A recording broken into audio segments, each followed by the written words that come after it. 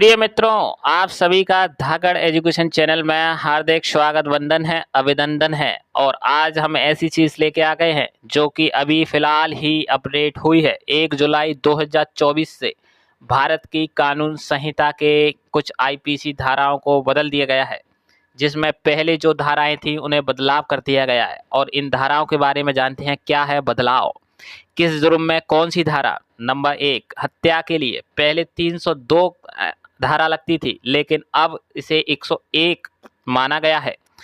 धोखाधड़ी यानी 420 धारा 420 के नाम से जानी जाती थी। धोखाधड़ी अगर किसी व्यक्ति के साथ होती थी तो उस पर 316 अब उसे माना जाएगा, धारा 316। भीड़भाड़ और हंगामा करना पहले धारा 144 के अंतर्गत आता था, जो कि भारत सरकार के दंड संहिता ने अब बदलकर धारा 187 कर दिया है। जी हाँ, भीड़भाड़ मतलब 6 लोगों से ज़्यादा एक साथ इकट्ठे होना, यानी जो कर्फ्यू जो लगता था वो धारा 144 के तहत लगता था, लेकिन अब लगेगा वो 187 के थ्रू। देश के खिलाफ षड्यंत्र करना धारा 121 अब ये गिनी जाएगी धारा 145 के रूप में इसे माना जाएगा, जो कि देश के खिलाफ अगर कोई व्यक्ति षड्यंत्र करता है, आतंकवादी साजिश करता है या देश को किसी भी तरह से नुकसान करने की कोशिश करता है तो उसके खिलाफ ये धारा 145 गिनी जाएगी। देश के खिलाफ गलत गतिविधियां करता है, पहले धारा 121A के अंतर्गत आती थी, लेकिन अब धारा 146 के अंतर्गत आएंगी अगर देश के खिलाफ कोई भी गलत गतिविधियां करता है। मानहानि धारा 499 पहले मानहानि की धारा 499 के तहत लगती थी, लेकिन अब यह धारा 354 में बदल दी गई है। अब इस धारा को 354 के तहत रजिस्टर्ड केस किया जाएगा मानहानि का। रेप जो सबसे संगीन अपराध हुआ करता था, 376 केस लगता था, लेकिन अब धारा 63 में रेप, 64 में सजा और गैंग रेप 70 में, यानी का 376 की जगह धारा 63 में इसे रेप गिना जाएगा, 64 में धारा 64 में इसे सजा दी जाएगी।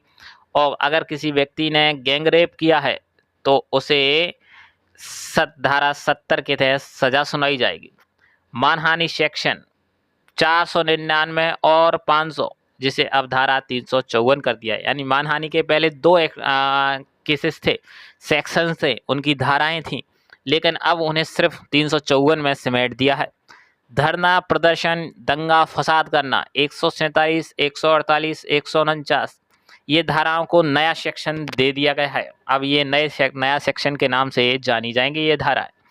निषेधाज्ञा यज्ञ उल्लंघन पर सेक्शन 188 था, जिसे नया सेक्शन दे दिया गया।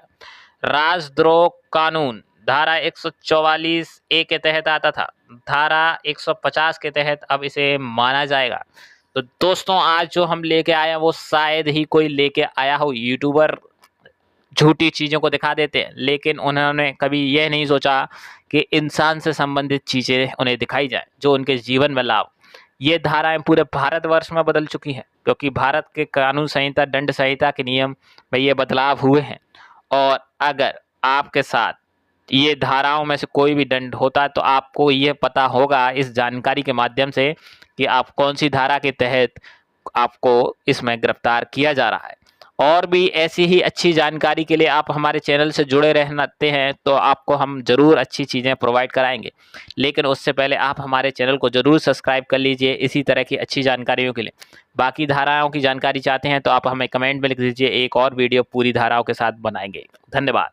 अब कोई अगर आपको 420 बोले तो बुरा मत मानिए, क्योंकि ये धारा रही नहीं। जय हिंद।